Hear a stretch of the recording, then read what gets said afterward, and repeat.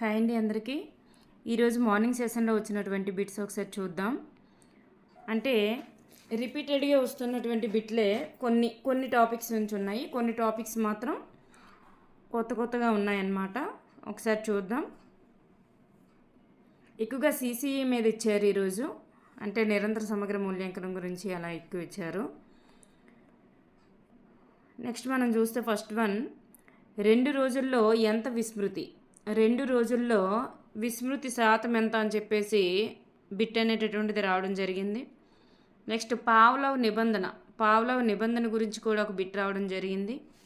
అలాగే బ్రూనర్ సిద్ధాంతం గురించి కూడా అడగడం జరిగింది బిట్. అలాగే వైగాట్స్కి జెడ్బీడీ అని చెప్పేసి జెడ్బీడీకి సంబంధించిన వైగాట్స్కి బిట్ అనేటటువంటిది రావడం జరిగిందంట. అలాగే చామ్స్కీ గురించి ఒక పెద్ద స్టేట్మెంట్ ఇచ్చారంట.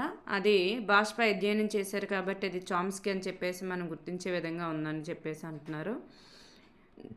రక్షణ తంత్రంకి వచ్చేసరికి మనకి రక్షణ తంత్రం నుంచి బిట్టు నిన్న 2 సెషన్స్లోని రిపీట్ అయింది, అండ్ టుడే కూడా సెషన్లో కూడా రిపీట్ అయింది. ఇప్పుడు ఏంటంటే ఉదాత్తీకరణకు సంబంధించినటువంటిది అనమాట అడగడం జరిగింది. నెక్స్ట్ క్యాట్ పరీక్ష ఉంటుంది కదండి, అది చిల్డ్రన్స్ టెస్ట్ ఉంటుంది కదా, వాటికి సంబంధించిన బిట్ అనేటటువంటిది అడగడం జరిగింది.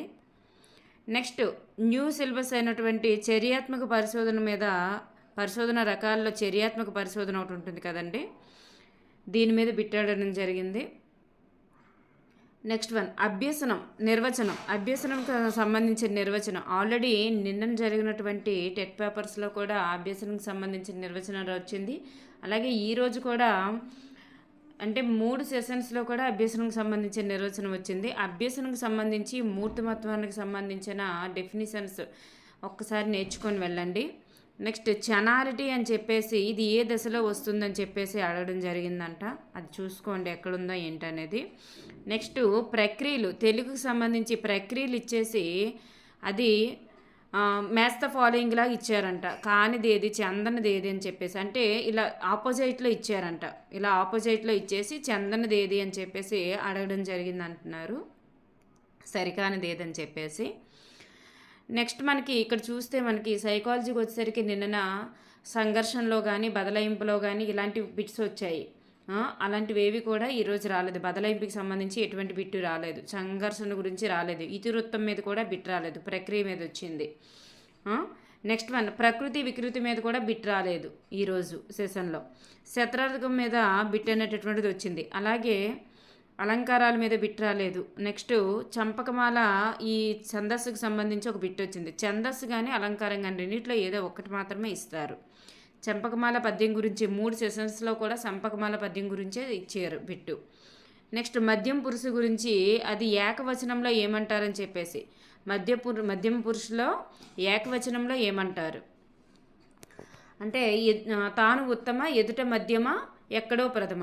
ఎదుట ఉన్న వాళ్ళని ఏమంటారు, నీవు మీరు అంటాం కదా, ఎదుట ఉన్న వాళ్ళని నీవు మీరు అంటాము. అదే మీరు అనేది బహువచనం, నీవు అనేది ఏకవచనం, అలా అనమాట. నెక్స్ట్ పలుకు మేర చూపు మేరకు సంబంధించిన బిట్ అనేటటువంటిది తెలుగు మెథడాలజీ నుంచి అడగడం జరిగింది. తెలుగు మెథడాలజీ నుంచి పలుకు మేర చూపు మేర మీద బిట్ అడిగారు. నెక్స్ట్ ప్రజ్ఞాలబ్ధికి సంబంధించి ప్రజ్ఞాలబ్ధి, అదేవిధంగా పొదుపు గణన.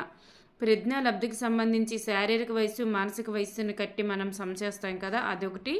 పొదుపు గణనకు సంబంధించి పునరభ్యసనం మీద ఉంటుంది కదా, ఆ సమ్. 2 కూడా సమ్స్ అనేటటువంటివి, రెండింటి సమ్స్ కూడా ఇవ్వడం జరిగిందంట.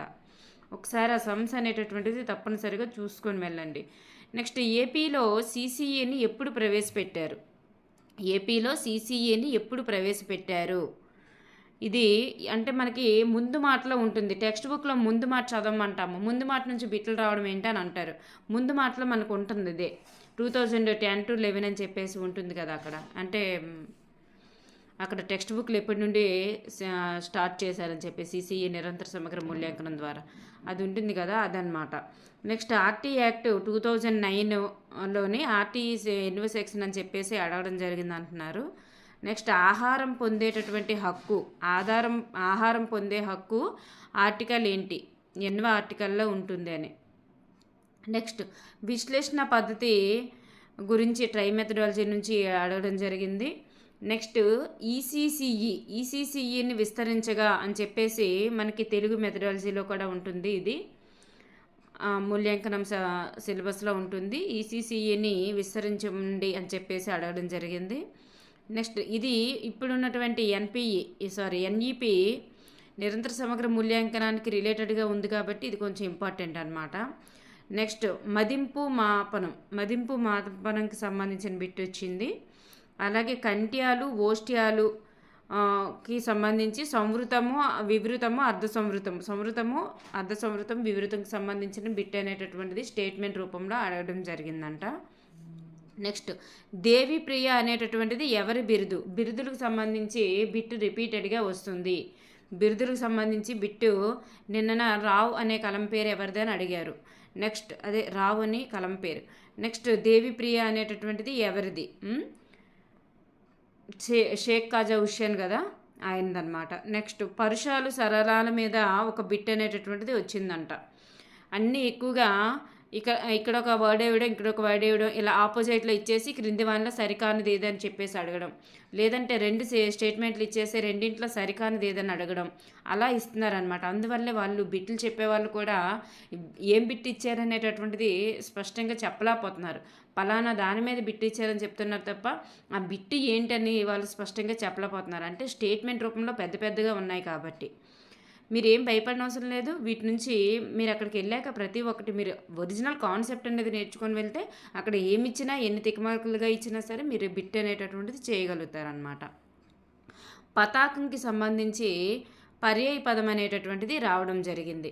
నెక్స్ట్ ఒక పద్యాన్ని సరిచేయమని చెప్పేసి అవి రీఆర్డర్లో ఇచ్చారు, దాన్ని ఆర్డర్లో పెట్టడం అనమాట. సరిచేయడం మీద ఒక బిట్ రావడం జరిగింది. నానార్థం మీద కూడా ఒక బిట్ అనేటటువంటిది వచ్చింది.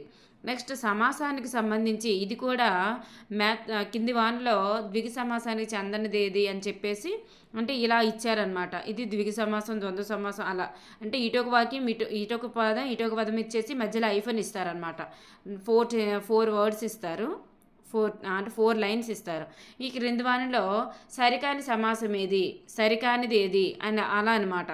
అలా సమాసం మీద బిట్ ఇచ్చారంట. నెక్స్ట్ ఆకులన్ బ్రోలీ అలాంటి ఈ వర్డ్ ఇచ్చేసి ఇది ఏ సంధి అని చెప్పేసి మనకి సంధి మీద ఇచ్చారు. నెక్స్ట్ విద్యా ప్రణాళిక యొక్క డెఫినేషన్ ఇచ్చారంట. అంటే రచయిత అక్కడ సైంటిస్ట్ కాదు, ఈ అంటే విద్యా ప్రణాళికకు సంబంధించి మనకు అది మీనింగ్ వచ్చేసరికి విద్యా ప్రణాళిక అని వస్తుందన్నమాట. విద్యా ప్రణాళికకు సంబంధించినటువంటి డెఫినేషను. విద్యా ప్రణాళిక దేనికి సంబంధించిందమ్మా? అన్నింటినీ అంటే పాఠ్య మరియు పాఠ్యేతర అంశాలు అన్నింటినీ కలబోసేదే కదా విద్యా ప్రణాళిక, వాటికి సంబంధించిందనమాట. డెఫినేషన్ అనేటటువంటిది ఇవ్వడం జరిగింది. నెక్స్ట్ భారత్వ పట్టికలు, విద్యా ప్రమాణాల నుంచి భారత్వ పట్టికల మీద ఒక బిట్ అనేటటువంటిది రావడం జరిగిందంట. భారత్వ పట్టికలు ఉంటాయి మనకి, సైన్స్కి ఒకలా ఉంటాయి, మ్యాథ్స్కి ఒకలా ఉంటాయి, సైన్స్కి ఒకలా ఉంటాయి, సోషల్కి ఒకలా ఉంటాయి. ఈ భారత్వ పట్టికల మీద ఒక బిట్ అనేటటువంటిది రావడం జరిగిందంట. నెక్స్ట్ ప్రశ్నపత్రం తయారీలో మ్యాప్ పాయింటింగ్కి ఎన్ని మార్కులు ఇస్తారు? ప్రశ్నపత్రం తయారీలో మ్యాప్ పాయింటింగ్కి ఎన్ని మార్కులు కేటాయిస్తారు అని చెప్పేసి అడగడం జరిగిందంట. నెక్స్ట్ సోషల్లో ఎన్ని విద్యా ప్రమాణాలు ఉంటాయి అని చెప్పేసి అడగడం జరిగిందంట. సోషల్కి వచ్చేసరికి ఎన్ని విద్యా ప్రమాణాలు ఉంటాయి మనకు తెలుసు కదా. మ్యాథ్స్కి వచ్చేసరికి 5, సైన్స్ సోషల్ ఈ రెండు కూడా 6 ఉంటాయి. సైన్స్ అయినా సోషల్ అయినా సైన్స్కి 6 ఉంటాయి, సోషల్కి 6 ఉంటాయి. నెక్స్ట్ దీర్ఘగణం గురించి సమ్ ఒకటి ఇచ్చారంట. ఘనము దీర్ఘగణము ఇవి రిపీట్ అవుతున్నాయి. సమగణం గురించి కానీ దీర్ఘగణం గురించి కానీ ఒక సమ్ తప్పనిసరిగా వస్తుంది, మీరు చూసుకొని వెళ్ళండి. నెక్స్ట్ స్తూపంకి సంబంధించినటువంటి సమ్ కూడా ఇవ్వడం జరిగిందంట. నెక్స్ట్ లాభ నష్టాల మీద ఒక బిట్ అనేటటువంటిది ఇచ్చారు, నష్ట శాతం లాభ శాతం మీద. అలాగే డిస్కౌంట్ మీద కూడా ఒక బిట్ అనేటటువంటిది రావడం జరిగింది. డిస్కౌంట్ మీద ప్రతి సెషన్లో కూడా బిట్ వచ్చింది, లాభ నష్టాల మీద కూడా ప్రతి సెషన్లో బిట్ వస్తుందన్నమాట. ఎల్సిఎం కట్టడం కసాక్ గురించి ఒక బిట్ వచ్చింది. నెక్స్ట్ ఘాతాంకాలకు సంబంధించినటువంటి సింప్లిఫైయింగ్ చేయడం అనమాట, దానికి సంబంధించి ఒక బిట్ వచ్చింది. నెక్స్ట్ వర్గమూలాలకు సంబంధించి స్క్వేర్లు కట్టడం, క్యూబులు కట్టడం, వాటి మీద బిట్ వచ్చింది. నెక్స్ట్ భారతీయ అఖిలాండ కర్మాగారం అని చెప్పేసి ఇది ఏ సంవత్సరంలో ప్రవేశపెట్టారని ఇవ్వడం జరిగిందంట, చూసుకోండి. నెక్స్ట్ పెప్సిన్ అనేటటువంటి ఎంజైమ్ మీద ఇచ్చారు. నెక్స్ట్ ప్రత్యక్ష భావ వ్యక్తీకరణ ఇది రవాణా మరియు రవాణా మరియు సమాచార ప్రసారం సంబంధించి ఉంటుంది కదండి. దాంట్లో ఉంటుంది ఇది ప్రత్యక్ష భావ వ్యక్తీకరణ అని చెప్పేసి. నెక్స్ట్ కొండలు కూడా మ్యాచ్ ద ఫాలోయింగ్ అనేసి ఇవ్వడం జరిగింది. వేలికొండలు, శేషాచలం కొండలు ఇలా ఇచ్చేసి వాటి యొక్క డిస్ట్రిక్ట్ నేమ్స్ అనమాట. ఏ డిస్ట్రిక్ట్లో ఏ కొండలు ఉన్నాయని చెప్పేసి. నెక్స్ట్ ప్రమాణాలు మార్చడం మీద, అంటే వాడు ఒక సమ్మిస్తాడనమాట. ఇలా పాయింట్స్ ఇచ్చేసి సమ్మిస్తాడు. ఇది మీటర్లో ఉంది, దీన్ని సెంటీమీటర్లో మార్చినప్పుడు ఎలా వస్తుంది, ఈ పాయింట్ అనేటటువంటిది ఎన్ని స్థానాలు పక్కకు జరుగుతుంది అలాంటి దాని మీద అనమాట ఇది ఇచ్చాడు. నెక్స్ట్ పాక్షిక పారదర్శకం మీద, కాంతికి సంబంధించి పాక్షిక పారదర్శకం మీద ఒక బిట్ వచ్చింది. అంటే అది గాలి, పొగమంచు అనేటటువంటి ఆప్షన్లు ఇచ్చారంట. ఆప్షన్స్ ఇవి, ఆన్సర్ కాదు. ఇలా గాలి, పొగమంచు అని చెప్పేసి కొన్ని ఆప్షన్లు ఇచ్చారని అంటున్నారు. పాక్షిక పారదర్శకం అనేటటువంటిది దేనిలో జరుగుతుందని. నెక్స్ట్ స్పీచ్కి సంబంధించి ఒక బిట్ వచ్చింది. టెన్సెస్ మీద పాస్ట్ పెర్ఫెక్ట్ టెన్స్ మీద ఒక బిట్ వచ్చింది. నిన్నను కూడా పాస్ట్ పర్ఫెక్ట్ మీదే వచ్చింది. మనకి ఎక్కువగా టెన్సెస్ కొంచెం టఫ్గా ఇవ్వాలనుకుంటే పాస్ట్ పర్ఫెక్ట్ మీదే ఎక్కువ ఇస్తాడు. Past perfect and present perfect, ఈ రెండింటి మీదే బిట్ ఎక్కువగా వస్తుంది. ఎక్కువగా పాస్ట్ పర్ఫెక్ట్ మీదే ఇస్తాడనమాట. నెక్స్ట్ సింపుల్ కాంపౌండ్ కాంప్లెక్స్ మీద కూడా ఒక బిట్ రావడం జరిగింది.